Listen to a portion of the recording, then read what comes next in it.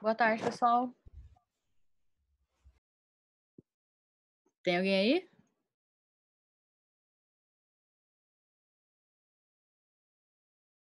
Pode responder em voz alta, gente.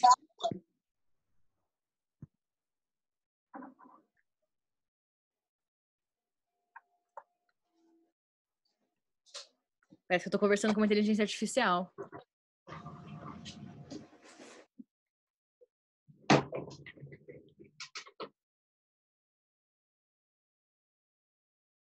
A gente queria que vocês falassem um pouquinho. Fala um oi, pelo menos. Boa tarde. Ah, obrigado. Não tô falando sozinha. Oi, Não sei, pelo né? menos. Obrigado. Vai que vocês contrataram um chatbot aqui pra responder, né? E fingir que é vocês na sala. Como é que eu vou saber? Oi, Fernanda. Oi, boa tarde. Chatbot é quando você, por exemplo, entra no sistema de um banco ou de algum comércio, assim, e você digita e não é uma pessoa real escrevendo com você, é um robô. Ele está programado, a depender das palavras-chave que você usa, das perguntas que você faz, a responder aquilo que você está perguntando. Então isso existe. Só que eu não sei como que faz pra gente contratar isso como pessoa física. Só sei que as empresas fazem isso e muito. Vamos lá, gente. Todo mundo sobrevivendo aí a isolamento, vírus, doença.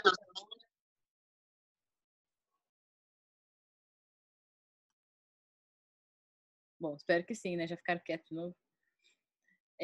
Gente, seguinte, né? Nas semanas anteriores, a gente teve aí uma semana, né? Que a gente teve aula suspensa. E aí não teve aula, realmente. E uma semana que a gente teve atividade na plataforma, né? Ao invés de aula normal.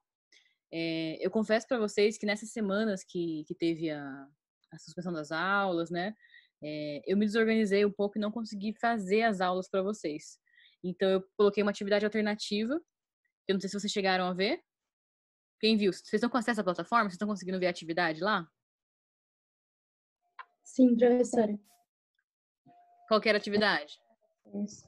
Sobre o filme Bacurau, para responder as 3 perguntas lá. Isso. Quem assistiu? Eu assisti. E aí, o que você achou? Eu achei bem confuso. Muito assim, doido. umas horas que eu fiquei meio confuso. Sério? Mas deu pra entender. Eu gostei do filme. Uhum. Tá. Vocês repararam nas questões dos grupos que tem, né? No grupo da cidade, no grupo que ataca a cidade?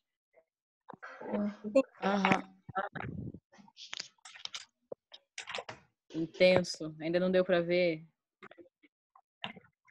Então, a ideia era que vocês, né, assistissem e relacionassem com aquele pouquinho que a gente viu, né? De revisão de teorias sobre grupos, né? Principalmente eu pedi com relação ao Kurt Lewin.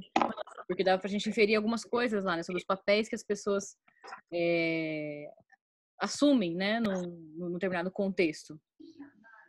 Então, a ideia era essa. Eu não vou discutir tanto sobre o filme, porque a gente já, né, teve atividade da semana passada e também nem todos entregaram ainda a atividade, né? Então, o prazo é dia 9. Então, hoje não vai ser um momento da gente corrigir essa atividade ainda. Apesar de que, assim, eu queria mais era saber o que vocês estavam entendendo, né, da questão dos papéis, dos grupos, do que, assim, né, dizer o que está certo e o que está errado. Então, eu queria mais que vocês realmente, né, mais compreender como é que vocês estão compreendendo essa disciplina. Até para pensar nos próximos passos aqui pra gente. Eu coloquei os papéis do Lewin na atividade. É que, na verdade, todos os teóricos de grupos, eles vão falar dos papéis, né? Por exemplo, agora hoje a gente vai ver o Moreno, né? A Sociatria do Moreno, do Levi Moreno, e também tem, né, os papéis. Mas eu tinha solicitado do Lewin. Ué, será que eu tô me confundindo? Tenho quase certeza que é do Lewin. Eu tenho uma outra disciplina que é de grupos também, pode ser que eu esteja confundindo. Mas beleza, você fez como Pichon, ótimo, a gente vai discutir, então eu vou ler a sua atividade de quem fez como Pichon, tudo bem. O que eu quero é que vocês justamente observem, né, e tentem trazer a teoria na prática. Na verdade, não a prática, né, mas é mais próximo da prática que eu consegui encontrar diante da situação do isolamento. Hoje, então, gente, a aula é sobre o psicodrama. Depois eu abro a atividade, então, a gente tá com dúvida. A aula é sobre o psicodrama, né, do Moreno. E é uma aula que já começa, então, né, com um conteúdo mais prático. Até então a gente estava, né, vendo na sala de aula a revisão do que vocês já viram no ano passado. Então, tava bem teórico ainda. E agora a gente começa a ver, então, né, de forma mais prática, como é que são as ações. Eu preciso dizer para vocês o seguinte, como eu estava dizendo, né, a gente teve essas mudanças no cronograma nas últimas semanas, então eu preciso atualizar o cronograma para vocês verem que pé que tá, que a gente está com atraso, mas eu vejo que a gente vai conseguir recuperar esse atraso até o final do semestre, tá? Porque a gente tinha duas aulas, né, 2 semanas de aula, que estava programado a orientação dos grupos e também o feedback aos grupos, né? Que vocês iam fazer um trabalho prático. E diante da situação atual, né, a gente não sabe quando vai retornar às aulas, eu vou ter que mudar esse trabalho de vocês. Então não vai ser mais um trabalho que vocês vão exercer alguma intervenção. Pelo menos eu não consegui pensar ainda uma forma de vocês fazerem isso no modo à distância, né? Então eu vou pensar alguma outra forma de vocês fazerem um trabalho que seja o mais próximo da prática possível, né? Que não seja um trabalho apenas teórico. Mas infelizmente a gente não vai conseguir fazer da forma como eu tinha planejado para fazer na sala de aula. Então a gente talvez possa trocar, né, e-mails com relação à orientação e também feedback. E aí a gente não precisaria ter uma aula só para isso, certo? E aí a gente consegue então recuperar o atraso e terminar o semestre sem nenhum dano no conteúdo. Certo, gente? Gente, eu vou deixar o chat fechado, né? Porque senão eu vou projetar aqui o PowerPoint. E aí vocês não conseguem, eu não consigo ver o que vocês estão escrevendo. Então, assim, no caso de pergunta, eu peço que vocês falem comigo. Até porque também eu quero ver se vocês estão vivos aí, se vocês estão prestando atenção. Essa interação, né, na sala de aula é uma coisa que faz muita falta na aula à distância. Então não adianta ficar colocando coisas no chat que eu não vou conseguir ver. E se a gente fica parando a aula para entrar no chat, acaba perdendo tempo, né, com bobeira. A aula de hoje ela não é tão extensa, né? E na verdade as aulas online eu prefiro que elas não sejam tão extensas, então estou fazendo aulas um pouco menores do que a aula presencial, para, né, zelar para que assim, né? Eu sempre penso que menos é mais, para a gente poder focar naquilo que realmente importa, né? E não ficar às vezes, né, perdendo a atenção com outras coisas. Aliás, algumas dicas para não perder a atenção, né? Que vocês, se possível, procurem um ambiente, né, silencioso para vocês estarem assistindo a essa aula. Que vocês façam anotação sobre as coisas que eu vou falando, que é uma forma também de manter, né, a atenção, que vocês evitem estar num ambiente com televisão, né, com outros barulhos. É claro que a gente sabe que nem sempre é possível, né? Tem gente que está com filho em casa, com, né, a família inteira em casa, mas se for possível, são formas da gente, né, otimizar essa aula, tá? Certo, gente? Então, hoje, né, a aula é sobre a teoria dos grupos, sociatria, do Levi Moreno. O livro que embasa essa disciplina é esse aqui, Intervenções Grupais. Ele é um livro bastante, né, prático, ele é um livro, tipo assim, a cara da nossa disciplina, né? Ele é bem prático com relação às intervenções grupais. E o capítulo é esse aqui, Teoria dos Grupos e Sociatria. Bom, quem foi o Levi Moreno? A gente falou já um pouquinho dele na revisão, né, mas apenas retomando para a gente lembrar quem ele foi. Ele foi um dos teóricos mais importantes, né, com relação à terapias de grupo. E ele teve uma história, né, importante. Ele foi médico, psiquiatra, romeno, nasceu na Romênia em 1889, morreu em 74. Eu gosto sempre de contextualizar, assim, né, da onde que são os autores e de que ano que eles são, para a gente entender, né, o contexto em que eles viveram, o que estava acontecendo, né, na história, enquanto eles viveram. E ele sempre se envolveu desde a juventude com grupos. Ele começou trabalhando com grupos, né, carentes, onde ele encenava histórias com crianças. Então já está aí nessa raiz aí dele dramática, né, essa raiz aí do psicodrama que a gente tem hoje. Posteriormente ele trabalhou também com prostitutas e ele se mobilizou muito, né, com as questões delas e ajudou a criar grupos também, né, para fortalecer, né, esse grupo das prostitutas e também lutar por direitos, né, e ter leis e políticas para ajudá-las.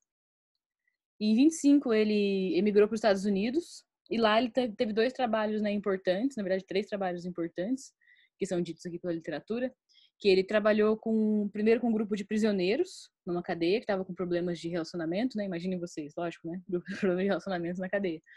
E ele fez esse trabalho lá. E depois ele fez uma pesquisa sociométrica com meninas, né, de um reformatório feminino, cujo objetivo era que elas se ressocializassem para poder voltar à sociedade. E ele teve essa contribuição lá, né? Depois ele teve uma outra contribuição importante também, que foi criar, né, o Teatro Terapêutico em Nova York, que era onde as pessoas, então, né, podiam frequentar e participar das sessões psicodramáticas e sociodramáticas aí que ele propunha. Esse teatro é aquele teatro da espontaneidade, né, onde você, por meio da espontaneidade, né, da criatividade, você pode trabalhar questões terapêuticas com os pacientes. Então, grosso modo, né, resumidamente, esse é o Jacó Levi Moreno. A primeira coisa, né, que esse capítulo vai nos mostrar é a diferença. Às vezes a gente confunde, né, os termos todos, porque são termos que ele criou para compor, né, a teoria dele, e cada um significa uma coisa, e é muito fácil a gente confundir. Então, né, eu pensei de uma forma de separar, né, esses termos para explicar para vocês, que é, né, a primeira coisa que eu queria explicar é a socionomia, né, o que significa a socionomia? Ela é a teoria, tá? Ela é a ciência que estuda as leis sociais que regem o comportamento interpessoal. Ela não é a intervenção ainda, né? Ela é a teoria que ajuda a ler os processos dos fenômenos grupais. Tá? Então, tudo que se refere à teoria do Moreno vai estar sendo chamado de socionomia. E aí, né, a gente tem na prática 3 formas de intervir, né? De intervir não, né? De fazer uma leitura prática, não só intervir. A intervenção vai estar focada aqui na sociatria. Mas as 3 formas práticas que estão dentro da socionomia é a sociodinâmica, então, né, que é a prática de investigar as dinâmicas dos grupos sociais, a maneira como os indivíduos estão organizados em função dos seus papéis, né? Então, quando ele vai, né, para a cadeia ou vai para o reformatório, né, algum grupo específico, ele investiga, né, como é que essas pessoas estão, esses grupos, na verdade, né, tá organizado em suas dinâmicas, né? Lembrando que a gente já falei para vocês, pensa em dinâmicas sempre como forças, né, que forças que atuam sobre esse grupo para que ele seja mais coeso, menos coeso, mais comunicativo, menos comunicativo, mais espontâneo, menos espontâneo. Então pensa sempre na questão do grupo, né? A sociometria é aquele, lembra que eu mostrei para vocês um slide na segunda aula, que mostrava a relação entre as pessoas, né? Formava tipo um mapa, assim, onde as pessoas estavam relacionadas umas com as outras. Então, a sociometria é essa proposta, né? De você estudar uma organização grupal, né? Por meio dos indivíduos. Então, você pode aplicar um teste, né? Ou fazer jogos para você poder identificar qual é a posição de cada indivíduo dentro de um grupo, né? Posição socioafetiva. E aí você consegue identificar, né? Quem é que está se relacionando com mais pessoas do grupo, com menos pessoas do grupo, quem é que tem papel hierárquico, né? Mais dominante, né, nesse grupo, como é que é a hierarquia desse grupo, enfim, né, como as pessoas estão distribuídas nesse grupo. Eu até trouxe para vocês o exemplo, né, se a gente pegasse uma sala de aula de vocês, por exemplo, a gente conseguiria dizer, né, com base nas pessoas com que vocês se relacionam, né, a gente conseguiria fazer esse mapa, e, né, por exemplo, né, a fulana se relaciona com a, né, cicrana, beltrana, que, né, essa beltrana não se relaciona com a fulana da mesma forma, então cada pessoa identifica, né, quem são as pessoas mais próximas dela, né, dentro de um grupo, e às vezes não tem uma correlação. Uma pessoa diz que a outra é a mais próxima dela, mas a outra não diz que essa pessoa é a mais próxima, né? Mas a ideia é você mapear, né, esse grupo, como é que está o indivíduo em cada posição aí nesse grupo. E por último, né, então essa é a sociometria, né? Vamos estar na metragem, né, em construir esse mapa. E a sociatria, né, que a gente vai explorar bastante hoje, então, que é a nossa disciplina, na verdade, né, que é a parte da intervenção. Então, são as intervenções socioterapêuticas em que são utilizados os métodos de ação. Então, a prática, né, quando a gente fala assim, psicodrama, né, ou sociodrama, já vou explicar a diferença. E a gente vê, né, as pessoas atuando, vê um grupo funcionando, a gente está vendo, né, uma intervenção, a gente está vendo a sociatria acontecer. Até aqui alguma dúvida? Por favor, falem, não ponham no chat, porque senão eu não vou conseguir. Diga. Você vai disponibilizar esse material pra gente? Sim, senhora. Então tá bom. Obrigada. Nada. Antes da gente entrar, né, em como se organiza, né, uma sessão psicodramática, a gente precisa definir primeiro o que é um grupo, né, para o Jacó Moreno. Para ele, um grupo pode ser descrito como, né, um conjunto de pessoas articuladas por papéis e por objetivos sociais comuns, no qual os estados conscientes e co-inconscientes, eu já vou entrar nesse co-inconsciente aqui, porque, né, é uma palavra que a gente não ouve muito falar, dos indivíduos formarão padrões e dinâmicas relacionais próprias. Então, um conjunto de pessoas articuladas por papéis e por objetivos sociais comuns, no qual os estados dos indivíduos formarão padrões e dinâmicas relacionais próprias.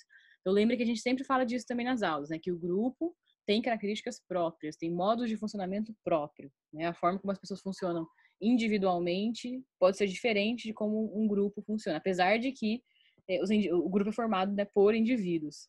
Eu pensei numa frase engraçada, hoje vou fazer uma gracinha com vocês, que é um grupo sem um indivíduo continua sendo um grupo. O indivíduo sem o grupo não é nada. Então, pra gente pensar que é isso, né? Se você tira um indivíduo de um grupo, mesmo que ele tenha um papel nesse grupo, pode vir outro e assumir esse papel, né? Mas o indivíduo sem um grupo, na visão do Moreno, não é nada, né? A gente vai ver daqui a pouco como que o indivíduo é totalmente, né, relacionado aos grupos. O que é o chamado do, né, co-inconsciente, então, que é uma coisa que a gente, pelo menos, né, eu não ouço falar tanto na psicologia, a gente não estuda tanto, né? Mas o co-inconsciente, né, é um estado em que os parceiros experimentam ou produzem, né, em conjunto e que podem assim ser experimentados, reproduzidos ou revividos conjuntamente, como se fosse o inconsciente coletivo, entre aspas, né? Porque o inconsciente coletivo do Jung é uma coisa que envolve, né, toda a comunidade humana, né, do mundo inteiro. Isso seria como se fosse um inconsciente compartilhado entre, né, um grupo. Um estado co-consciente ou co-inconsciente não é propriedade de um indivíduo apenas. Sempre é uma propriedade comum que só pode ser reproduzida por esforços combinados. Então vejam que essa instância, né, psíquica, muito, né, inspirada pela psicanálise, que acontece, né, no grupo e não no indivíduo. Essa é a diferença entre, né, o inconsciente e o co-inconsciente. Professora, Oi! como que você identifica o co-inconsciente no grupo? Sim, por meio dessas relações, né, desses fenômenos que acontecem no grupo. É complexo, né? Não é uma coisa assim, não é uma coisa concreta. Acho que tudo que não é concreto é mais difícil da gente conseguir, né, observar. A gente vai ter acesso, vamos pensar na psicanálise, né? Como a gente tem acesso ao inconsciente, né? Por meio do que a gente observa, do que acontece, e a gente vai fazendo inferências daquilo que não tá aparecendo, né? Então, por meio de, sei lá, né, algum conflito, por meio de ter alguma piada, de alguma ironia, né? Por meio de outras formas do indivíduo se expressar, que a gente consegue ver, né, esse co-inconsciente se expressar, né? Eu tava dizendo para vocês um dia que às vezes você chega numa sala de aula, chega num determinado grupo, você fala, né, nossa, tipo, tá um climão aqui, né? Você sente uma coisa diferente, assim, mas não é uma coisa que você consegue explicar com observações. Você consegue ter inferências, né, por meio daquilo que você vê. Mas, de fato, não é uma coisa, né, fácil de acessar, assim como o inconsciente individual. O inconsciente individual já é difícil, né, da gente conseguir acessar. Imagina Na verdade, a gente não consegue acessar, né? A gente fica à mercê do consciente, né? Poder mostrar aí algumas revelações do inconsciente. Imagina o co-consciente do grupo, né? Não sei se Obrigada. respondeu a sua pergunta. Respondeu sim, obrigada. E com relação ao indivíduo, né, que eu estava dizendo para vocês que para ele, para o Moreno, o indivíduo, ele é um ser em relação. Não existe indivíduo, não tem um ser que não esteja em relação, né? E essa relação ela é dialógica. Sempre que a gente fala de dialógico, quer dizer né, que está sempre em diálogo, está sempre numa troca, né, com os outros e envolvido numa rede social. Então, para o indivíduo existir é fundamental o papel desse outro, né? E ele vai contar que a criança, né, o bebê, desde que nasce, ele se forma, né, ele participa de um grupo que ele nem sabe que existe, né, que ele nem tem consciência ainda que existe, mas ele constitui, né, a sua própria existência, né, a sua forma de ser no mundo com base no outro, né? E esse primeiro outro que o bebê tem seria a mãe. E depois ele vai expandindo, né, essa quantidade de outros, e aí ele vai formando, né, a identidade dele, ele vai entendendo a cultura em que ele vive, mas ele vai agindo, né, mesmo sem ainda entender todos esses processos, né? Mas acho que o que é importante sinalizar é que o indivíduo só existe nessa relação, né, com o outro, no caso do Moreno. Então, é no pertencimento dos grupos sociais que se dá o processo de construção do sujeito, né, sua identidade. O eu surge dos papéis que desempenhamos na sociedade. Veja os papéis aqui aparecendo, né? E aí ele vai definir, então, o que é, né, esse papel na visão dele, né? Qual é a definição? É a forma de funcionamento que o indivíduo assume no momento específico em que reage a uma situação específica na qual outras pessoas ou objetos estão envolvidos, né? Quando eu falo para vocês falarem, né, quais são os papéis dos personagens do filme Bacurau, né, dos moradores da cidade, né? Pensem vocês nisso, né? Tem a médica, Tem, né, o pessoal que ficava na estrada falando, né, ó, tá chegando gente estranha aí. Tem, né, o cara que é o bandido da cidade, né, que assume esse papel de um guerreiro, né, de uma pessoa forte, violenta e agressiva, que naquele momento foi necessário, né, existir para a defesa da cidade. Então eu pensei em como cada um assume um papel diferente. Se a gente fosse olhar o filme pelo olhar do Moreno. E esse papel, né, ele pode ser definido como uma unidade de experiência em que se fundiram elementos privados, né, então elementos individuais, elementos que são meus, né, intrínsecos meus, elementos sociais, então, né, meus em relação com os outros que eu conheço, com que eu me relaciono, e culturais. Então, quando a gente fala de cultural, é uma coisa mais ampla, né? Não é só eu em relação aos outros que eu conheço, né? Mas todo esse conjunto, né, de práticas que acontecem na sociedade que são a nossa cultura, né? Então, o papel, ele recebe essa influência, né? De quem sou eu, de quem são as pessoas com quem eu me relaciono e essa cultura que existe, vigente. Sobre ainda os grupos, ele diferencia, né, o grupo normal de um grupo terapêutico. Qual que é a diferença, né, mais importante entre o grupo normal e o grupo terapêutico? O grupo normal, vamos supor, é o grupo da sala de aula de vocês, né, um grupo que não tem um objetivo terapêutico. Ele necessita de uma integração entre os membros para ele funcionar, né? Interesses e atividades comuns. Então, no grupo de vocês da sala de aula, por exemplo, né, todo mundo está lá interessado em se formar psicólogo, né, estudar psicologia, aprender psicologia, e as atividades comuns, né, são participar da aula, realizar as avaliações, os trabalhos em grupo, se relacionar no dia a dia, né, fazer as amizades, e que precisa de um mínimo de coesão interna. Então, esse grupo, ele precisa, né, se relacionar, precisa ter um mínimo de coesão no sentido do grupo se ver como um grupo, né, do grupo estar ali, né, junto, né, estar unido nesse mesmo objetivo. Então, seria mais ou menos esse exemplo que eu consigo pensar para explicar para vocês o grupo normal. Já o grupo terapêutico, né, seria, por exemplo, um grupo que faz uma terapia de grupo, ele precisa de outras características mais importantes, né? É um grupo que precisa de ter maior liberdade, então os sujeitos precisam sentir, né, essa liberdade no grupo. É um grupo que também exige maior espontaneidade dos membros. Eu acho que está, né, diretamente ligado à questão da liberdade. Se você se sente livre nesse grupo, você consegue, né, se expressar de uma forma mais honesta, de uma forma mais espontânea, né, e expressiva com as suas emoções, seus sentimentos. E ele tem que ser um grupo, né, favorável terapeuticamente, né? Ele tem que levar você, de fato, né, a um processo, né, de você trabalhar algo que você buscou, né, nesse grupo, ou que você foi encaminhado para esse grupo. Tá? Então, essa seria a definição dos grupos terapêuticos, né, com relação ao grupo normal. E aí, então, né, vamos voltar à sociatria. Vamos voltar lá no começo, né, que eu falei que a sociatria era a parte das intervenções, que eu falei que era o que a gente mais ia, né, ver no dia de hoje.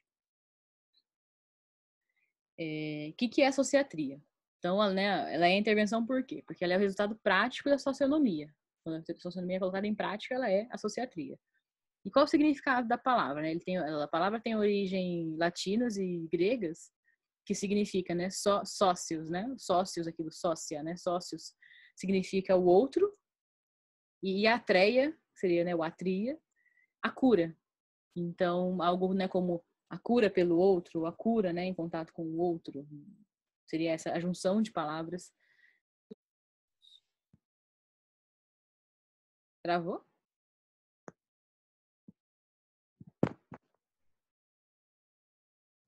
Agora voltou. Para mim está normal, Voltou? pelo menos. Ué, o que será que aconteceu? Vocês ouviram aqui a sociatria? Não, Aqui vocês ouviram? não. Também não. Aqui vocês ouviram? Aonde que parou? Quando você começou a falar do significado da sociatria no latim, Então tá bom. Então não foi tanto que a gente perdeu, foi pouquinha coisa. a gente não está vendo mais a sua tela também. Eu, pelo menos, não. Certo. Obrigado por avisar. Deixa eu compartilhar de novo. Gente, tem uma coisa que eu preciso avisar vocês. Esse Zoom, ele permite a gente fazer aulas por 40 minutos só. Então, quando der 40 minutos, já vai dar, né? Porque passa rápido. Eu vou derrubar a chamada e mandar para vocês outro link. Aí eu queria saber para quem que eu mando esse link. Acho que é para representante dela, manda no grupo da sala pra gente. Ela tá aí? Representante, apresente-se.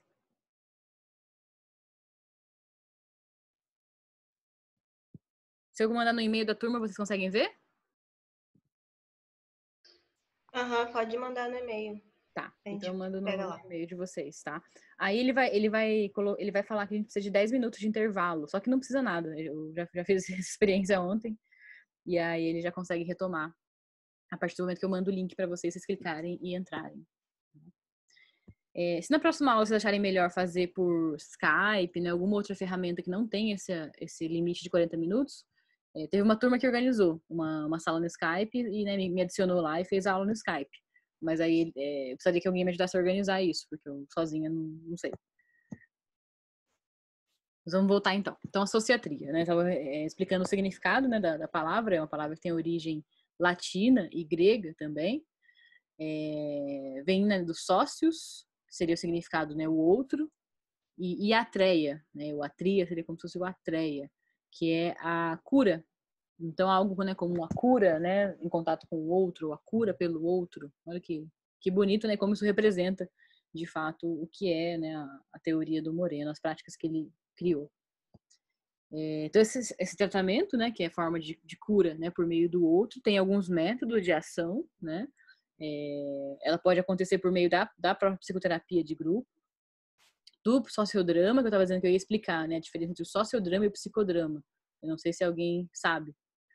Mas o sociodrama, né, ele foca o grupo. Então, ele foca resolver uma questão do grupo e não dos indivíduos. O psicodrama é o contrário, né, uma questão do indivíduo. Então, o sociodrama, vamos identificar, sei lá, que, por exemplo, no grupo lá da cadeia que ele foi trabalhar, né, o Moreno, existe uma questão lá de, né, agressividade, comunicação, uma questão de não conseguir, enfim, né, se expressar, ou vários conflitos acontecendo no grupo. Não são coisas necessariamente individuais, né, de cada um dos presos que está lá, mas é um fenômeno que está acontecendo no grupo. E aí o sociodrama propõe tratar esse fenômeno do grupo. Já o psicodrama, né, imagina vocês que lá a gente fez, sei lá, um grupo para tratar, né, não sei, homens que agrediram suas mulheres. E aí você faz esse grupo com foco no indivíduo, né? Você quer recuperar, né, ou tratar cada um daqueles indivíduos para que eles possam ter comportamentos menos violentos, que eles possam ser mais assertivos, né, sem serem agressivos, enfim. Acho que com esse exemplo a gente consegue pensar nessa diferença importante entre o sociodrama e o psicodrama, que às vezes é usado meio como sinônimo, né? E é difícil mesmo a gente diferenciar, né? A diferença, quando você vê na prática, né, acontecendo, você quase não vê, né, a diferença acontecer. O teatro espontâneo, né, que é esse teatro como se fosse aquele teatro de improviso que a gente, né, ouve falar, ouve na televisão, que é um teatro que ele não tem, né, um roteiro pré-estabelecido, é um teatro onde as pessoas atuam de acordo com a sua espontaneidade. Né? E a gente já vai explicar o que tem esse teatro, né? Tem, né, um diretor, tem o público, né, tem a plateia, o palco, tem todos os elementos do teatro, mas ele tem essa vertente, essa ideia de não ser um teatro com um roteiro, né? Ele é um teatro onde as coisas vão acontecendo ali, né, à medida que ele vai acontecendo mesmo. Olha, já apareceu aqui o meu aviso do tempo. O roleplay, né, roleplay é aquela, né, a assunção de papéis, quando você assume um papel de outra pessoa, né, atua como se fosse outra pessoa, você está usando, né, do roleplay. Tem até, né, o RPG, que é o roleplay game, que é, né, um jogo onde você de fato assume papéis, né, você age no jogo como um personagem que não é você, da vida real. E jogos dramáticos também, que podem acontecer em qualquer contexto, né, não só terapêutico, né, numa empresa, numa escola, qualquer lugar que você possa realizar um jogo, né, e usar do drama, da dramaticidade para, né, trabalhar com sujeitos alguma questão. E como que funciona, então, essa sessão sociátrica, né? O que a gente tem que levar em conta? 3 coisas são importantes. Primeira coisa, né, o contexto social, quando vocês forem aplicar, né, a sociatria em algum lugar, Da onde são essas pessoas, né? Que cultura elas têm, o tempo cronológico, né? Quando a gente está fazendo esse trabalho, o espaço, né? Aonde a gente está realizando esse trabalho, porque todos esses elementos, eles vão definir os papéis sociais e o sofrimento dos membros do grupo, né? Por exemplo, vocês acham que é igual, né? Ser uma mulher, por exemplo, numa comunidade de classe média no ano 2020 em Taubaté, ou ser uma mulher carente numa comunidade nos anos 90 no Rio de Janeiro? Tem diferenças. A gente imagina que tem diferenças nesse papel que ela vai, né, exercer diante da sociedade.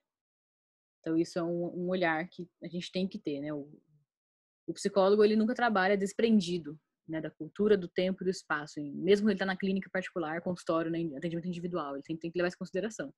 Mas ainda mais que ele vai trabalhar com grupos, né?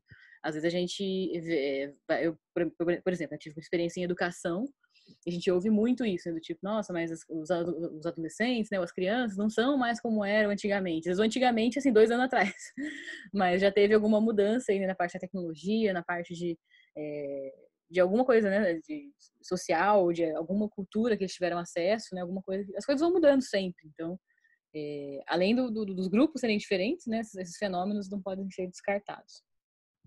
O próprio contexto grupal, então, né, quem são os participantes desse grupo, o diretor, né, que tem que existir, o diretor, ele é o terapeuta, né, ele é o psicólogo que vai atuar, os egos auxiliares, então vai ter todo esse contexto para o grupo funcionar. Tem que ter pelo menos, né, participantes, um diretor e um ego auxiliar. Eu já vou explicar daqui a pouquinho qual é a função do ego auxiliar dentro da sessão sociátrica. E o contexto dramático. Então, o contexto dramático é de fato, né, onde a ação dramática vai acontecer. Então, o palco, né, é onde os papéis ganham vida, né, dão vida aos relacionamentos, às experiências dos participantes do grupo. O participante, né, atua na fantasia, no campo imaginário, como se fosse aquele brincar de faz de conta, né? Ele vai fazer de conta que ele está numa situação proposta aí pelo diretor, né, que evidentemente, né, se assemelha com alguma coisa da realidade, porque ele está lá em busca, né, de um tratamento, de um grupo terapêutico, mas não é como a realidade, né? Então a gente chama, né, de uma realidade suplementar, onde todos tentam conjuntamente dar novas respostas aos conflitos. Então, cada vez que você dramatiza, é uma oportunidade de você dar uma nova resposta do sujeito, né, ou do grupo, dar uma nova resposta a um conflito, né? É um ensaiar da realidade, a gente pode chamar assim. E tem os elementos da sessão. O que acontece numa sessão sociátrica? Esses elementos, eles são os meios empregados na execução desse método, né, e das técnicas psicodramáticas. Então, tem o diretor, né, como eu estava dizendo, ele é o coordenador do grupo, então ele é, né, o psicólogo que está conduzindo esse grupo. Ele constrói as hipóteses terapêuticas, né, que estão, ao conhecer esse grupo, ele precisa criar essas hipóteses para poder trabalhar, né, com elas. Isso a gente faz na clínica também, mas no contexto grupal também. Criar hipóteses que expliquem, né, o comportamento das pessoas, que expliquem os conflitos delas. Ele que propõe as técnicas, porque são várias técnicas que podem ser utilizadas na sessão sociátrica. E ele propõe essa vivência do drama grupal, tá? E também ele que escolhe o protagonista para promover essa cocriação. Cocriação porque o diretor não cria, né, a cena sozinho. Ele dá, né, as coordenadas, ele identifica, né, quem são os participantes, e os participantes, né, tanto o protagonista quanto os demais do grupo vão criar, né, junto com ele esse drama, né, essa dramatização. Mas ele precisa do diretor para não ficar uma coisa, né, desorganizada. Ele é a pessoa que vai conduzir, né, o grupo da forma como ele acha que vai ser mais terapêutica possível. Temos o ego auxiliar também, que conforme eu tinha dito para vocês, ele que eu explicaria, né? Ele é uma pessoa que ele é como se fosse, né, o braço direito do diretor. Ele está a serviço do diretor e do grupo. É fundamental que ele conheça, né, um pouco da técnica, da sociatria. Ele pode até mesmo ser um membro do grupo, né? De repente um membro mais antigo, né? Um membro que já participou várias vezes dessa técnica, que conheça bem, né? E um membro especialmente, né, que tenha como contribuir nesse sentido, condições, né, psíquicas de contribuir. Ou ele pode mesmo ser outro terapeuta, tá? Um terapeuta para trabalhar. Na verdade, gente, trabalhos em grupo, a gente dificilmente faz sozinho. A gente evita, na verdade, né? Independente da abordagem que você está usando, se for Moreno, Pichon, quem quer que seja, a gente evita fazer sozinho. Porque é muito difícil, às vezes, na prática, a gente conter um grupo quando surge alguma situação, às vezes, que emerge algum sentimento, às vezes, muito forte, né? Às vezes você faz alguma intervenção, né, com esse objetivo, às vezes, de emergir um sentimento forte, e as pessoas, por exemplo, começam todas a chorar e querem sair da sala, por exemplo, né? E aí é fundamental que você tenha, né, uma pessoa que, de repente, uma possa continuar conduzindo o grupo e a outra possa acompanhar essas pessoas que estão desconfortáveis, né? Ou às vezes surge, né, algum conflito dentro do próprio grupo, e é importante você ter uma pessoa que te apoie nessa intervenção para que o conflito não saia também do seu controle, né? Os conflitos vão acontecer no grupo, mas eles não podem fugir, né, tanto desse controle, a ponto das pessoas saírem do grupo com alguma, né, questão que realmente atrapalhe, né, a própria vivência do grupo, né, a própria vida delas. Então, o ego auxiliar no psicodrama ele tem essa função, né, de ser a dupla, né, do diretor, que então contribui para que a vivência seja o mais terapêutica possível, né, representando, ele pode assumir papel, né, representar alguns personagens, ele pode, né, a partir dessa representação ir aprofundando, né, as emocionalidades, né, a forma como as emoções aparecem nesse grupo, e ele também pode ir ajudando, né, o grupo nessa expressão, certo? Temos também o protagonista. Ele é a pessoa, né, que representa o grupo. Ele é um protagonista semelhante, né, ao que a gente assume mesmo em teatro, em cinema. Ele é o que representa o grupo, né? Ele que representa o que quer ser falado, né? O que precisa ser falado naquele momento. Então ele dá voz, né, aos dramas dele e do grupo. Ele reflete, né, os sofrimentos dele e do grupo novamente, as necessidades que o grupo tem, né, e as respostas que podem ser dadas para essas necessidades. Né? Gente, vai cair a chamada agora, e aí eu vou interromper antes que ela caia para a gente poder retornar daqui a pouquinho, tá? Até daqui a pouquinho.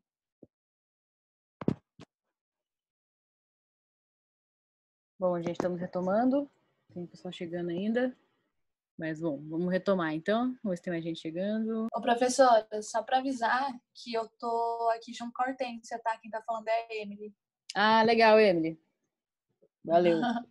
Gente, a presença de vocês eu não consigo fazer. Na verdade, não, a nossa orientação é que a presença não seja dada pela aula que eu estou dando agora. A presença vai ser pelo acesso à plataforma. Então, quando acabar a aula, eu posso mandar por e-mail para vocês, né, o data show, tudo que vocês pediram, o vídeo, né, que a gente está gravando, para quem não pôde assistir também. Porém, eu preciso, né, colocar alguma coisa lá na plataforma para vocês acessarem e é por lá que vai contabilizar a presença. Isso é uma forma da gente, né, tornar institucional, para não ficar cada professor fazendo aula de um jeito, num horário diferente. E também porque tem pessoas que não estão possibilitadas de ter o acesso na aula presencial, ou por questão de internet, né, ou de algum problema que estão tendo nessa mudança de rotina, né, que teve. Então, a plataforma é que vai garantir a presença de vocês. Tá? Eu peço que vocês acessem lá. Hoje ainda não tem nenhuma atividade lá nova, né, só tem a da semana anterior, mas assim que a gente está se organizando no grupo de professores para ver quem que vai colocar cada atividade, tem um professor responsável por cada turma, né, para colocar as atividades lá. Então, eu preciso passar para esse professor para ele, né, colocar lá. Isso deve levar mais ou menos uma semana e meia para conseguir a gente organizar todas as turmas. Eu peço um pouco da paciência de vocês nesse momento aí difícil. Então, retomando aqui a aula, a gente estava falando do protagonista, né? Então, só retomando que ele é, então, aquela pessoa, né, que representa o grupo, dá voz aos dramas do grupo. E ele pode, né, ser um personagem, uma pessoa, né, um personagem individual, ou ele pode também representar um subgrupo, né? Dentro desse grupo, né, a gente tem os subgrupos. Então, ele pode representar um desses subgrupos na cena que ele foi aí convocado a participar. Geralmente quem escala o protagonista, né, é o próprio diretor. Ups. Daqui a pouco a gente vai ver exemplos disso aqui. Tem também o palco, né, então, que é um outro elemento importante, que é onde de fato, né, acontece a ação dramática. Nisso nada se diferencia da definição, né, de palco para o teatro, né, de forma geral. E a plateia, né? A plateia não é uma plateia aberta, né? A plateia é composta, isso se diferencia do teatro convencional.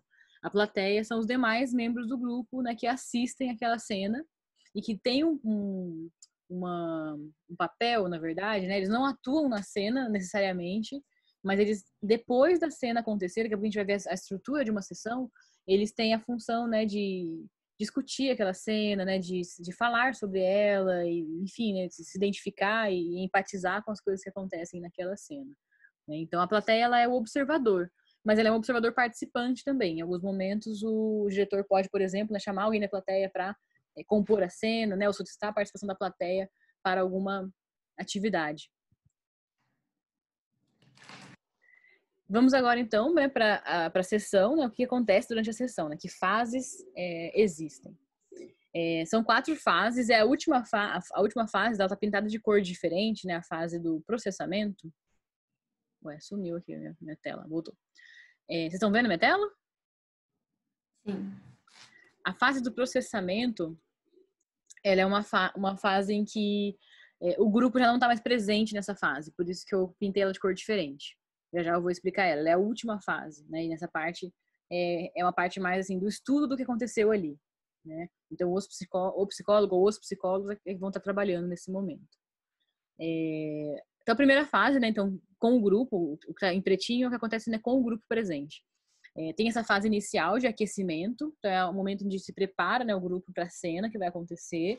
Nesse momento, o grupo pode, né, ensaiar alguma fala, pode imaginar, né, se colocar nos papéis, ficar se imaginando em algum papel antes de começar, né, a ação propriamente dita, a dramatização.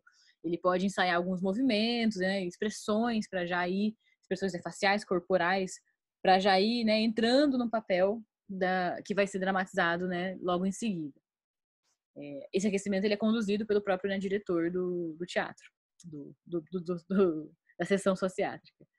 Em seguida, né, tem a dramatização, né, então que é, né, um dos momentos que mais chama a atenção, né, na sessão, que é então quando, né, os participantes vão desenvolver a cena criada e representá-la nesse contexto dramático, né?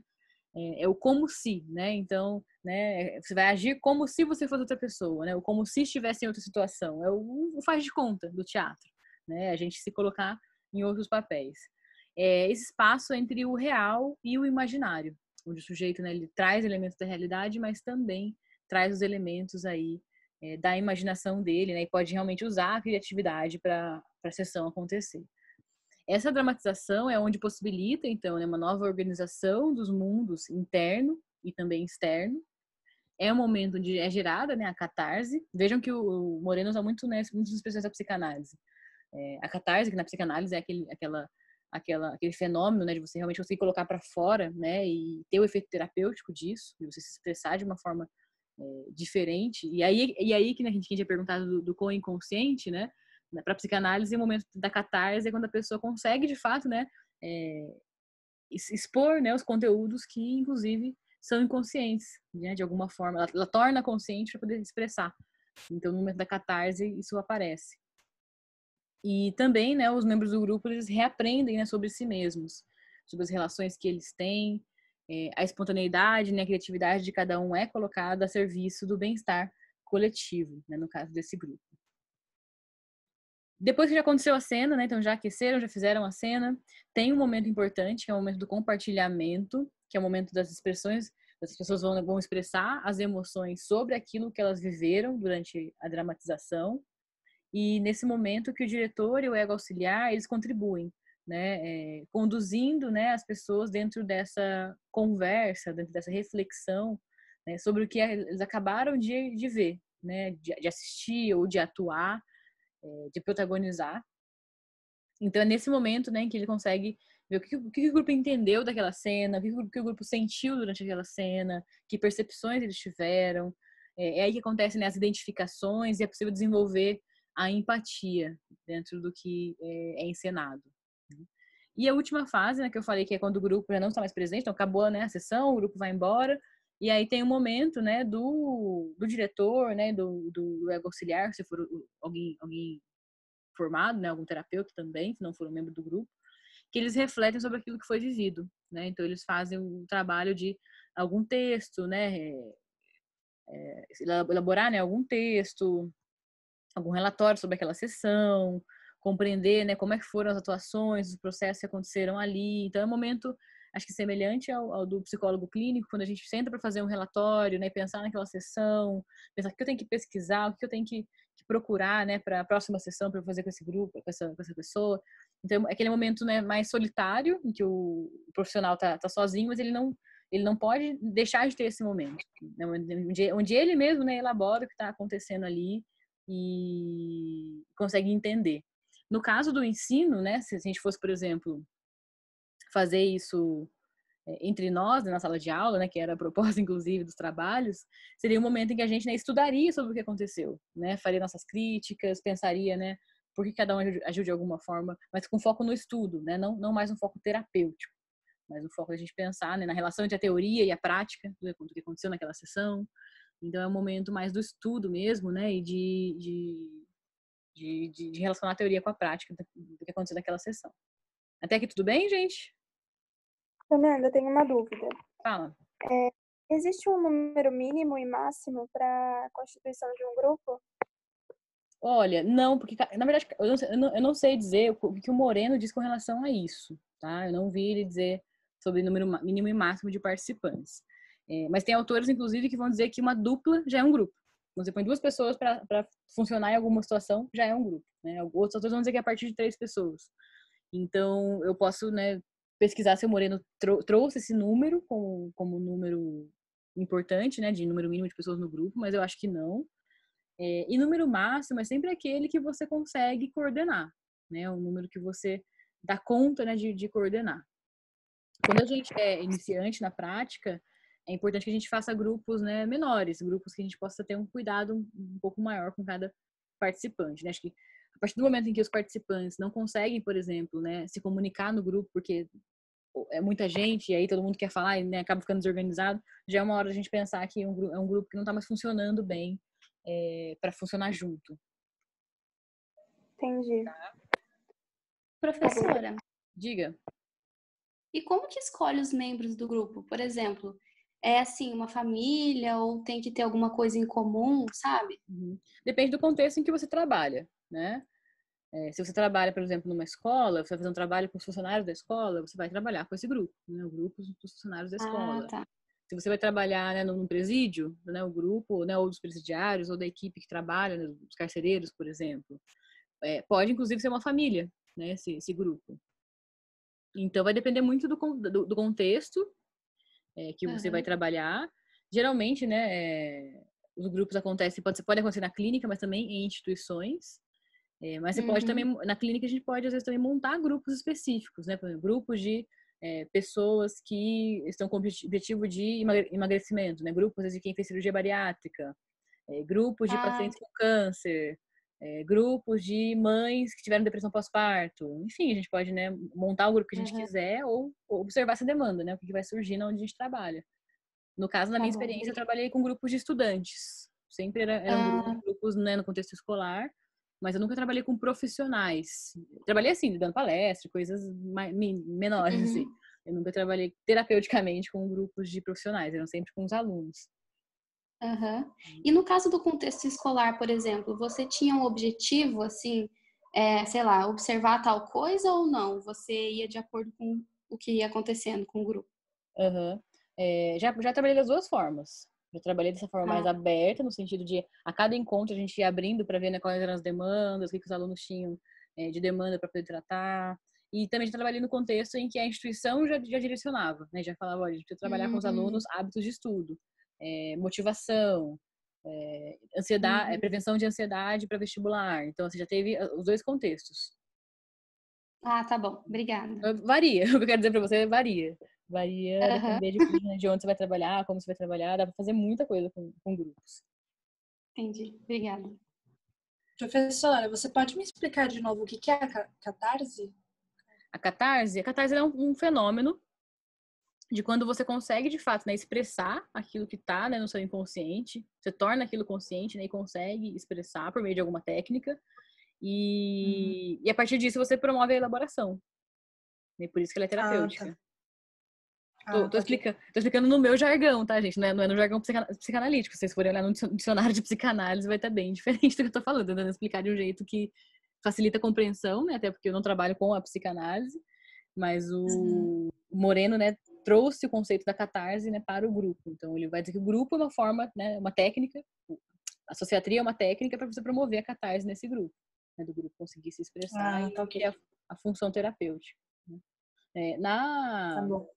Na terapia individual, na psicanálise, a catarse é muito assim, quando o indivíduo se sente tão livre, né, que ele consegue ir falando, né, tudo que aparece, né, na cabeça dele, por exemplo, por meio da técnica de associação livre, né, em que ele vai falando, né, e não tem mais um filtro na fala, vamos dizer assim. E aí isso seria, né, isso promoveria, né, a catarse. Tá ok. Obrigada. Bom, vamos olhar um pouquinho então as técnicas, né? Quais são as técnicas que o Moreno descreve pra gente que podem ser utilizadas na sociatria? Essas técnicas são baseadas, né, na matriz de identidade, que é uma expressão que ele usa, que significa, né, o locus sociocultural, ou seja, esse lugar sociocultural que a criança recebe e aprende os papéis sociais. Então, por exemplo, né, um bebê ele já nasce atuando na posição do Moreno, né? E ele atua, na verdade, sem saber ainda quem que ele é, a que grupos pertence, que ele tem uma identidade, que ele vive numa cultura, né?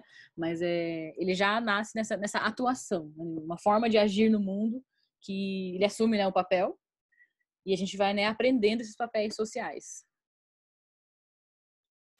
Quais são as técnicas que são explicitadas aqui pra gente podem ser utilizadas na sociatria? Tem uma técnica chamada duplo, ou técnica do duplo, que é quando o protagonista ele tem dificuldade de expressar a sua emoção durante a dramatização, e aí o ego auxiliar ou o diretor atua junto dele, verbaliza, né, reproduz os sentimentos e emoções percebidas em relação ao protagonista e o grupo. Então ele vai lá, ele vai falar, né, junto com o protagonista sobre os sentimentos do próprio protagonista ou do grupo. E isso ajuda a desenvolver a empatia. Nem todo mundo tem experiência, né, com teatro, se sente livre para falar, né, na atuação. Então, se o protagonista tivesse dificuldade de expressão, o ego auxiliar ou o diretor eles têm que entrar para ajudar. E ao final, né, o ego auxiliar ou o diretor pergunta se era aquilo que o protagonista queria dizer.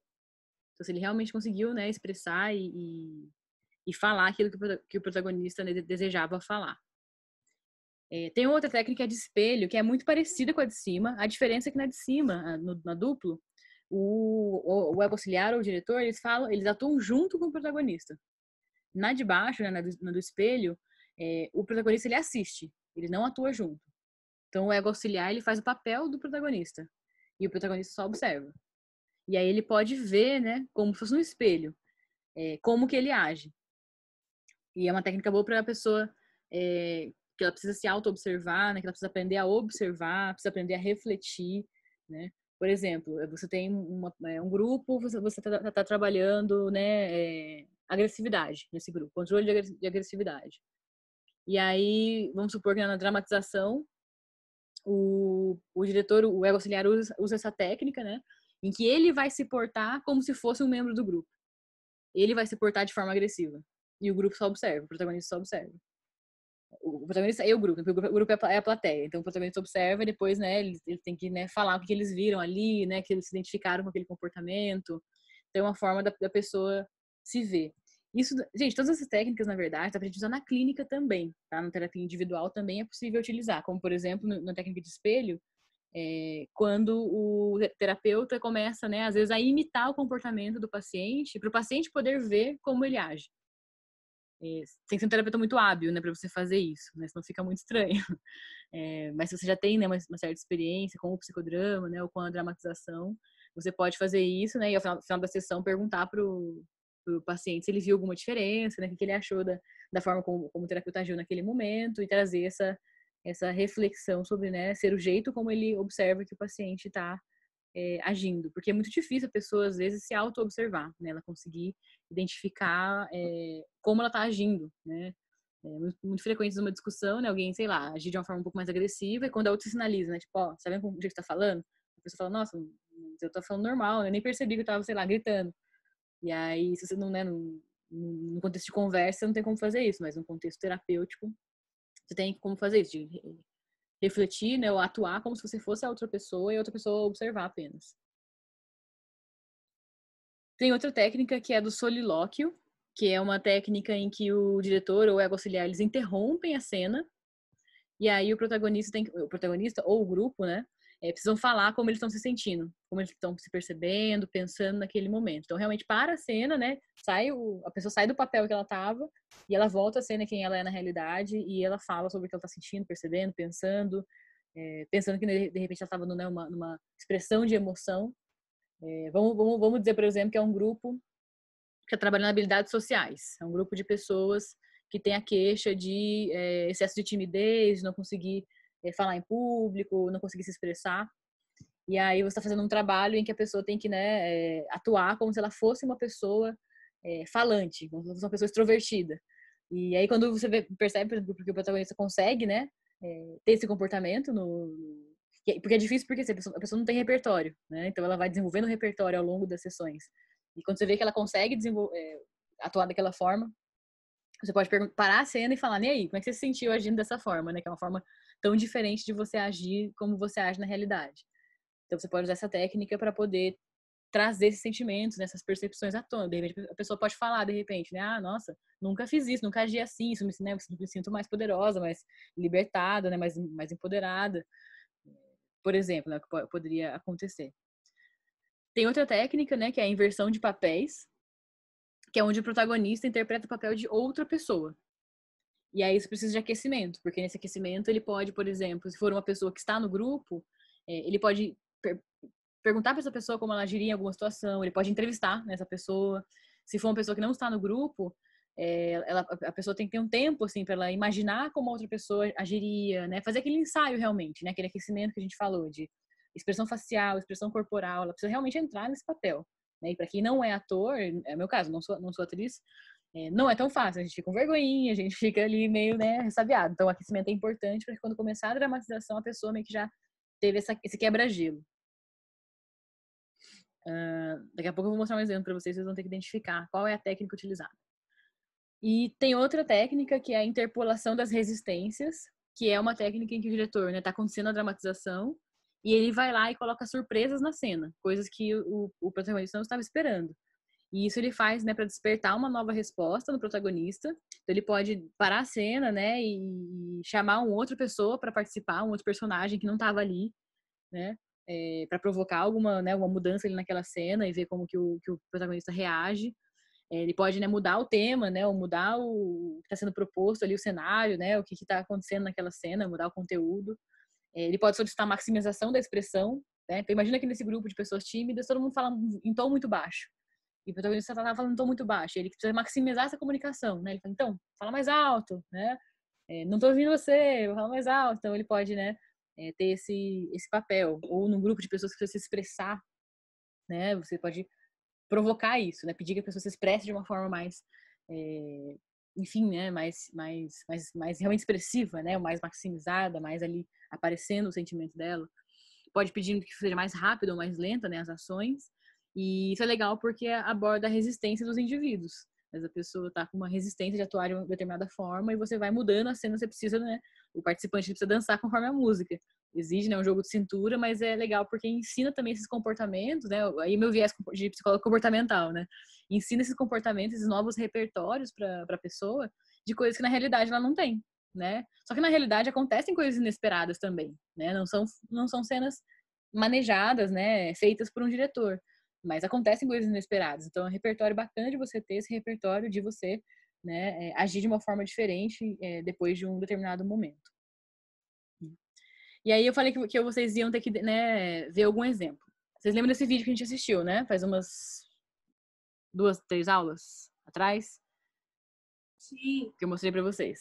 Então, beleza. Então, assim, vamos assistir de novo. Não, no dia que vocês assistiram, vocês não estavam sabendo de todas essas técnicas. Vamos tentar identificar qual é a técnica utilizada. Tá? Qualquer coisa, pega um caderno aí e vai anotando, porque é bastante coisa.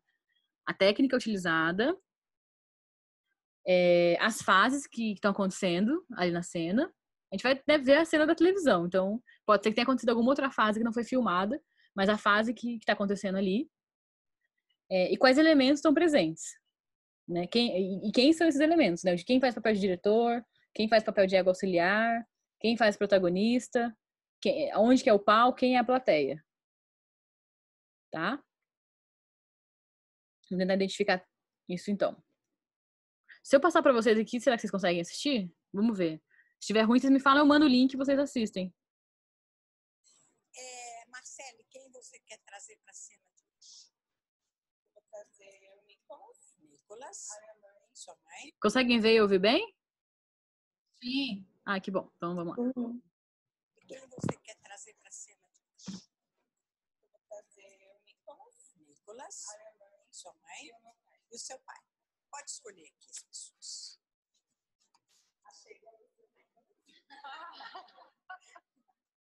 A mami, quem vai ser? A vovó. E o papai? Vovô é aqui.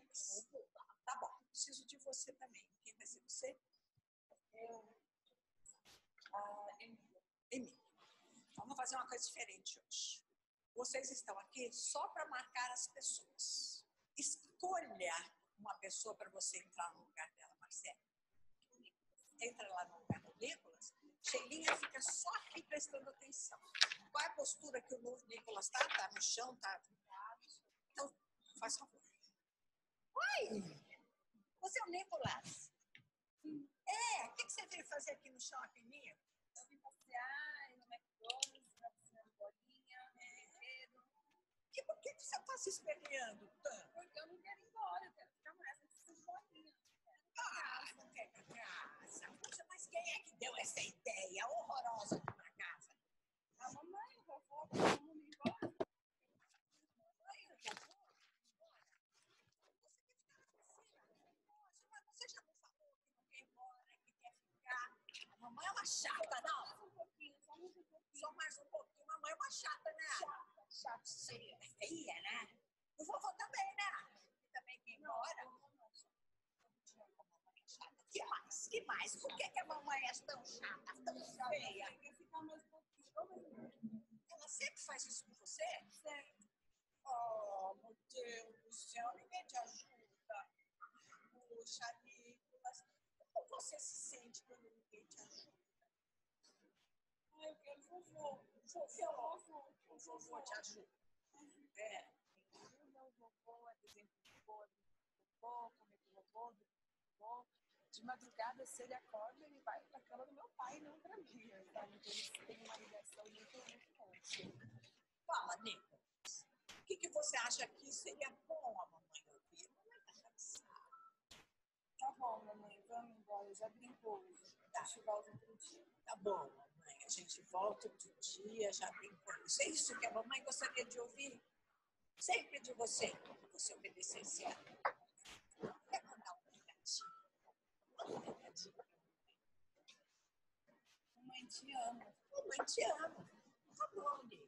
Obrigada, viu? Sheilinha, entra no lugar do Nicolas. É só marcando o lugar. Marcelo, escolha agora uma outra pessoa para você. Oi, a senhora é a mãe da Marcele? Ah, como é que você está chama? Isabela. Isabela? Quantos anos a senhora tem? 53. Nossa, como a senhora é moça. Obrigada.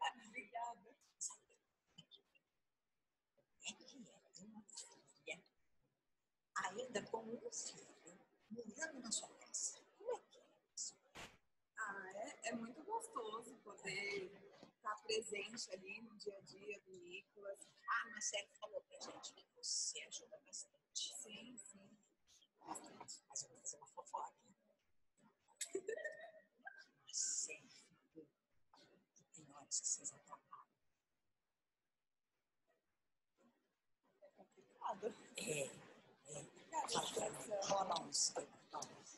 Às vezes rola. É mesmo? Às vezes eu não concordo com a atitude dela como mãe, ela também não gosta muito da gente toma algumas atitudes. É complicado. Na hora que você tá ali ajudando, você não sabe nada. Ela diz, mas na hora de dar balada, ó, se não é você, ó, tá mal. Diz alguma coisa pra você. O que você acha que ela gostaria de ouvir de você? Eu admiro ela como mãe. Opa! Isso é legal, né? É, isso é legal. Tá bom, Isabela, mais alguma coisa? Eu gostaria de mandar um recadinho. Ah, filha, vem tenha mais paciência. Você mora com a sua mãe, com o seu pai, tem que, né, ter um equilíbrio aí. Oi, tudo bem, Jacir? Sou Beth. Oi, amor. Tudo bem, seu Mauro? Pode entrar. É pai da Marcele, né? O que o senhor está fazendo aqui no shopping? Ah, nem gosto de shopping. Dá uma volta comigo, eu queria que eu viesse. Sim. Ela mesmo, mas me falou que é muito grudado no senhor, né? Ele gosta mais do vô do que da mãe.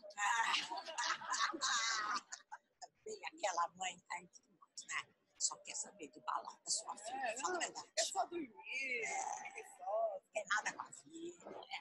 Teve filho, pagou aí pro sensorial, né? O senhor fala pra ela, seu mal.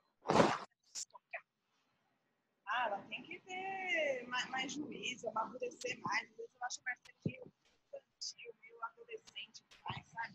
Tem 30 anos nas costas. Não, por exemplo, seu mal. Você acha que uma pessoa solteira vai ter que trabalhar? Vocês escutem muito. E passam desde sempre. Eu e a Marcela. Santo debate. Ô, seu mal, vem cá. Eu quero que o senhor diga uma frase. O senhor acha que não sou mais, né? Mas uma frase que o senhor acha que gostaria de ouvir do senhor.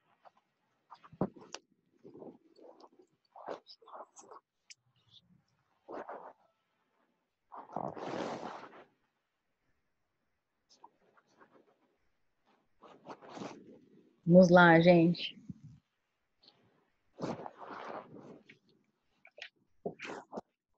Vocês estão falando comigo aqui no chat? Eu não coloquei pra gente não... Ah, tava com o som ruim. Vocês conseguiram entender? Vocês tinham que ter falado, senão eu não abri o chat pra não atrapalhar. Como eu falei, fala em voz alta quando tiver algum problema, senão eu não consigo mostrar pra vocês. Tá? Mas, bom, isso vai estar junto com o material que eu vou compartilhar com vocês. Acho que deu para algumas pessoas ouvirem baixinho, né? Teve uma hora que entrou uma pessoa falando, mas eu vim aqui nos participantes e fechei o áudio dela. Vamos pensar então, né? Quais foram os elementos que a gente viu. Primeira pergunta que eu queria fazer para vocês. Vocês acham que isso foi, né, um psicodrama ou um sociodrama?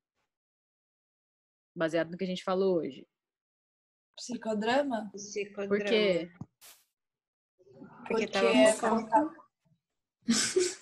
Pode falar. Porque o foco era em uma pessoa só. Sim, exatamente. Não era uma questão de um grupo, né? A gente não tem o contexto, né? Que eu falei para vocês, é muito importante a gente saber o contexto.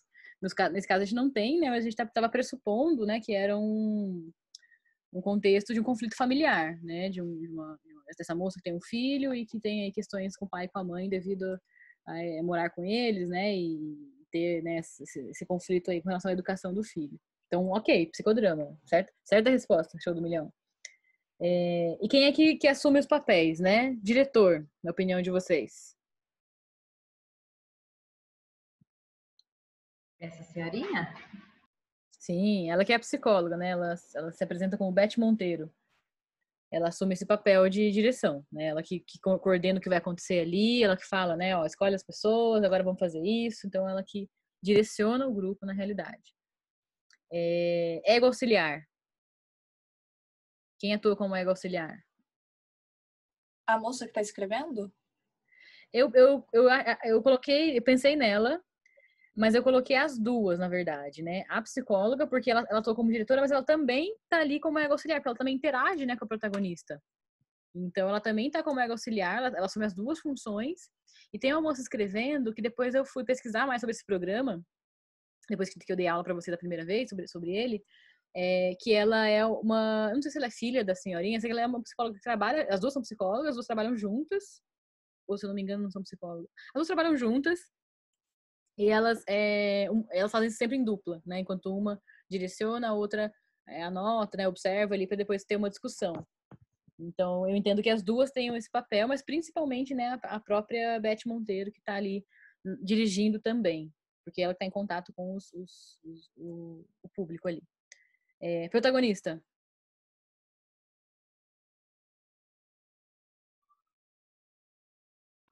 A Quem é o Marcela. protagonista?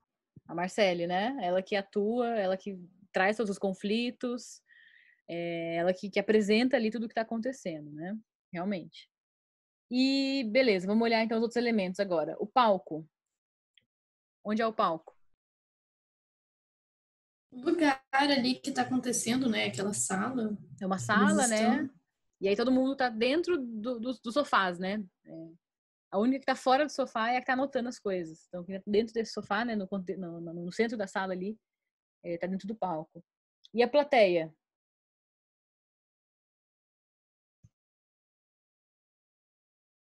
É todo mundo que tá sentado, né, no sofá. Isso, tem essas outras pessoas em volta, né? A gente consegue ver. Como a gente não sabe, né, o contexto dessa cena, eu não sei se são pessoas aqui, né? O povo sentado em volta. Se eles são amigos, né? Ou parentes da Marcele, né? O que eles estão fazendo ali? A gente não sabe. Mas ela chama as pessoas pelo nome, então eu imagino que... Ou então, sabe o que eu acho que é isso aqui? Eu acho que era algum reality show em que cada um tinha um conflito diferente e aí deve ser os outros participantes do reality show. Deve ser isso, né? Tô imaginando que é isso. Mas enfim, então, exatamente, quem tá assistindo ali a sessão, né, e contribuindo na observação é a plateia. E quais fases vocês conseguiram identificar? Professora, só uma Oi? pergunta. Se fosse numa sessão mesmo terapêutica, essas pessoas, né, a plateia, elas poderiam ser conhecidas do protagonista? Quando a gente faz a técnica do psicodrama, por exemplo, numa sessão familiar ou numa terapia de casal, sim. Ah, tá. Na verdade, sim, sempre vai ser um conhecido porque é alguém que funciona nesse mesmo grupo, né? O grupo ele não precisa necessariamente ser de pessoas que não têm um vínculo. Pode ser pessoas que têm um vínculo também. Pode não ter, como pode ter, isso eu quero dizer. Mas o próprio grupo, né, vai formar esse vínculo. Então, vamos supor que é uma situação de um reality show, né? As pessoas não se conheciam e elas se conheceram, né, a partir do momento que começaram o trabalho lá no reality show e aí começaram a ter esse vínculo, né? Então, pode ser que tenha um vínculo anterior ou pode ser que não. Ok. Mas que fase vocês viram acontecer aí? Lembra, né? Tem o aquecimento, a dramatização, o compartilhar. A dramatização e o compartilhar. Processamento. Então, o que eu vi foi a dramatização. Porque A parte que ela pergunta se ela gostaria de que aquela pessoa falasse alguma coisa para ela, não poderia entrar no compartilhar? Não, porque ela ainda tá na cena. Ela tá ainda no papel do pai dela. O compartilhar seria assim, gente, agora acabou a cena, senta todo mundo no sofá aí. Então, gente, o que vocês viram acontecer aqui? Né? O que eu ia falar que poderia ser o compartilhar é aquele momento em que a Marcele tá numa entrevista, né? Contando um pouco mais da vida dela e tal. Só que eu não sei se isso aconteceu antes ou depois do programa, né? Eu acho que foi antes, inclusive. Então, o que eu vi ali foi só a dramatização. Não vi aquecimento, não sei se teve, né? Não vi o compartilhar e não vi processamento. Talvez essa moça que tá anotando as coisas aqui, né? Quando acabar o programa, vai compartilhar com a outra. E aí vai ter o processamento, talvez. Mas a gente não sabe, não foi mostrado, né? E que técnica que vocês viram acontecer? Eu não entendi essa questão de... Porque assim, tem que ser espontâneo, certo? Certo. Então, por que existe o aquecimento? Porque quando você vai entrar num papel, o aquecimento ele não vai assim, você não vai fazer um roteiro, não é isso. Mas você vai imaginar como se você fosse outra pessoa. Você vai fazer expressões de como se você fosse essa pessoa. Pra você facilitar entrar nesse papel. Você não vai perder a espontaneidade, porque na hora da dramatização você vai falar o que tiver na cabeça. Mas você vai falar como se você fosse aquela pessoa. Gente, vai cair de novo. Então eu vou ter que mandar outro link pra vocês pra gente poder finalizar a aula, tá bom? Só um minutinho. Na próxima semana eu já vou fazer todos os links e já divulgar pra vocês com antecedência, né? Aí facilita a vida de todo mundo. Esperar o povo entrar. Falta só a gente discutir sobre qual técnica foi utilizada. Pra gente encerrar por hoje. Vou desativar o som. Gente, se vocês forem entrar e sair em alguma aula, já entra com o som desativado, tá? Senão atrapalha a gente. Eu tô fazendo esse controle. Mas facilita se vocês já entrarem com o som apagado. Quem não sabe fazer isso, é só clicar no microfoninho. No desenho do microfoninho. Aí vai aparecer um risco em cima.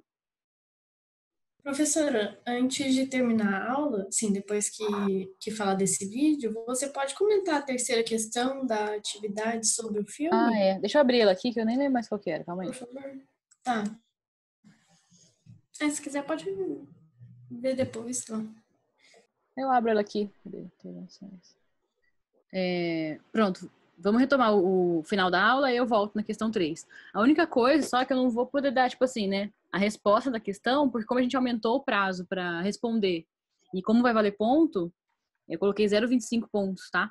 Então, não vou poder falar qual é a resposta, mas eu posso comentar o que eu quero que vocês respondam nessa pergunta, né? O que é esperado, mais ou menos. Tá bom. Por sinal, como essas perguntas valeram 0,25 pontos, então o trabalho de vocês vai valer menos pontos, vai valer 1,75 para completar 2 pontos. Mas o trabalho que eu estava falando no começo, eu vou ter que, né, repensar a forma de fazer ele, então aguardem aí as novas instruções, eu devo mandar por e-mail para vocês. Vamos lá para a gente encerrar então, né? Então, qual é a técnica que vocês viram ser utilizada aqui, dessa que a gente falou? Acho que foi a inversão de papel. Por quê? Porque a protagonista, ela interpreta o papel de outras pessoas. O filho, acho que é filho, né? O pai e a mãe. Exatamente. Perfeito. Então, que bom, gente. Acho que foi simples a gente ver, né, a situação e conseguir identificar os elementos que estão presentes, né, as etapas do psicodrama que estão presentes, se foi psicodrama ou sociodrama e a técnica que foi utilizada. Acho que vocês estão de parabéns, parabéns mesmo. Leiam o livro, né, o capítulo que eu indiquei, para vocês verem o capítulo da aula de hoje, né? Mais exemplos, né? Esse livro é bastante focado na prática, então a autora também conta aqui alguns exemplos de trabalho que ela fez. E outros capítulos também, né? Outros capítulos também trazem aí alguns exemplos de realização de trabalho, né? Pra vocês verem na prática, na prática entre aspas, né? No relato de outras pessoas, como é que elas realizam aí o psicodrama. E aí a gente se encerra por hoje. O que vocês acharam dessa aula diferente aí, online? Deu certo. Até agora foi a que eu mais prestei atenção. Que bom, que bom. Que bom. Nossa, eu também. Eu queria fazer uma sessão com vocês na sala de aula, ia ser legal, hein? Eu tenho tanto medo de dar ruim, porque, né, tem que tomar cuidado, mexendo nas emoções, nas feridas de vocês. Mas... Eu choro fácil, já adianto. Você já faz psicodrama?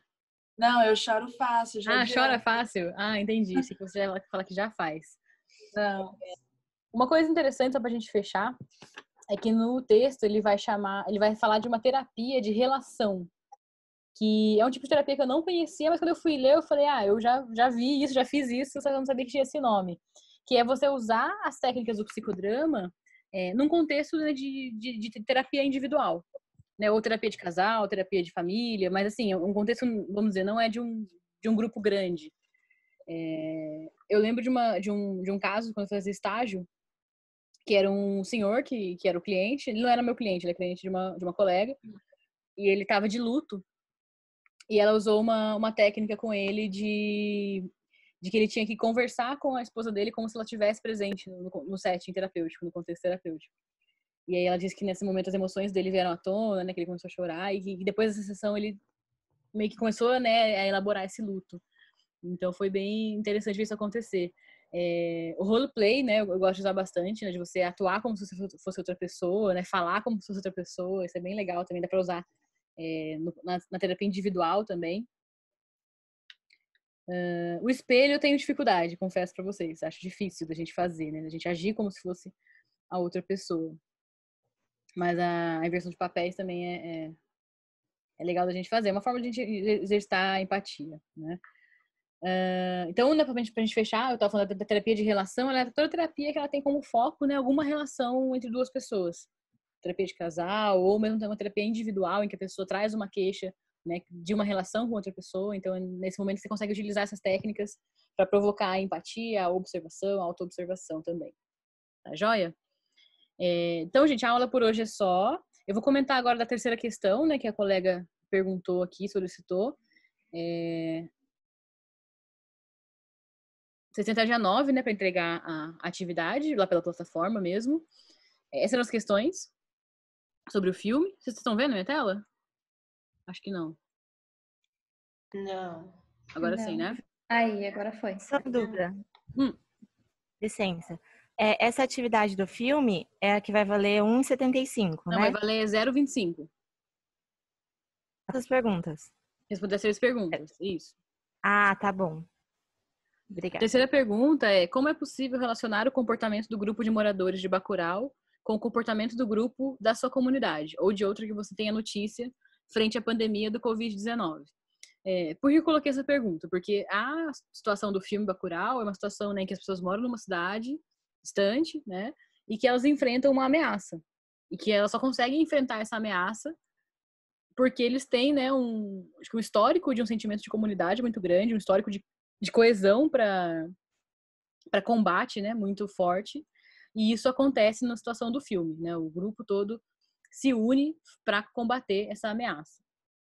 E o que a gente está vendo, né, agora na situação da pandemia, 2 tipos de fenômeno, né? Pessoas que estão, né, se reunindo, grupos que estão se unindo, não só frente à pandemia, né, mas frente a, por exemplo, pessoas que estão sem poder trabalhar e que precisam, né, pagar conta e ter comida em casa. Então, assim, eu vi iniciativas de grupos de pessoas que até eu mesmo me mobilizei e fiz uma ação de grupos de pessoas que estão arrecadando alimentos, né, para ajudar, por exemplo, né, grupos de pessoas que estão se mobilizando para fazer, né, alguma coisa para a qualidade de vida melhorar, né, por exemplo, a gente fazendo aqui, né, atividades online, aula à distância, enfim, né, as pessoas estão se mobilizando de formas diferentes do dia a dia para superar essa situação. E a gente vê, por outro lado, também as ações individuais, né? Pessoas que estão, por exemplo, indo no mercado, né, e comprando muitas coisas, fazendo estoque em casa, e que nesse momento, às vezes, não pensam muito que outras pessoas também podem precisar dos mesmos elementos, né? Comprando, né, estoque de máscara e, por exemplo, já não acha mais máscara para comprar. Então, a gente vê esses 2 tipos de ação, né? As mais individuais e as mais coletivas, e as que pensam na coletividade, né, que pensam no grupo. Então, eu queria que vocês pensassem de diferentes grupos, né, da sua comunidade. O grupo dos idosos, como é que eles estão? O grupo dos profissionais de saúde, o que eles estão fazendo? O grupo dos políticos, o que eles estão fazendo? Então, assim, do que você vê de notícia, o que você está observando da sua realidade, sua própria família, como é que estão se comportando, né? Uma coisa que eu tenho lido muito na internet é que as pessoas estão, né, aumentando a questão de violência doméstica e conflitos familiares, porque as pessoas não estavam acostumadas, né? Uma mudança muito grande na rotina, você ter todo mundo morando na mesma casa e ficando 24 horas por dia junto, que é uma coisa que não estava acontecendo antes. Então, eu queria que vocês analisassem esse contexto, né? Diante disso, como que a gente, enquanto comunidade, né, enquanto grupo, está se comportando e está se mobilizando ou não, né, frente ao desafio aí da pandemia, que é um desafio, né, não só de saúde, de economia, de educação, de tudo. Não sei se ajudou a clarificar um pouco. Sim, ajudou. Que bom. Sim, obrigada, professora. Eu falei assim, a ideia não é pensar a resposta certa e a resposta errada. Eu quero que vocês façam essa reflexão, né, e coloquem aqui na atividade. Fazendo, né, o paralelo com o filme. Professora, eu já enviei, eu não sei se já chegou para você, mas eu já enviei. Você não vai fazer nenhuma alteração nessas perguntas, né? Não. Por conta de valer ponto, tá? Não. Se você quiser enviar, agora sim, para ser justo, né? Agora que eu expliquei a questão, caso alguém já enviou e não tinha entendido a questão, pode refazer a atividade também e mandar de novo, não tem problema. Eu vou considerar o último envio. Tá bom. Tá bom? Obrigada. Gente, sempre que vocês tiverem dúvida, perguntem, né? Eu disponibilizei meu e-mail para vocês, não sei se todos têm, mas eu posso pôr aqui no chat. Eu disponibilizei meu e-mail para quem quiser perguntar. Alguma dúvida sobre a aula, sobre a disciplina, porque nessa hora a gente tem que realmente se mobilizar para ficar em isolamento, mas, né, sem perder a qualidade aí do nosso ensino-aprendizagem.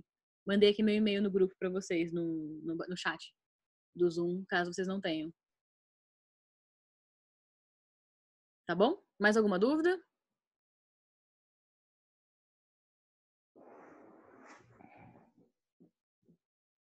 Então isso é tudo, pessoal. Professora, diga. Você vai disponibilizar o link para a aula que você gravou? Você vai mandar no e-mail?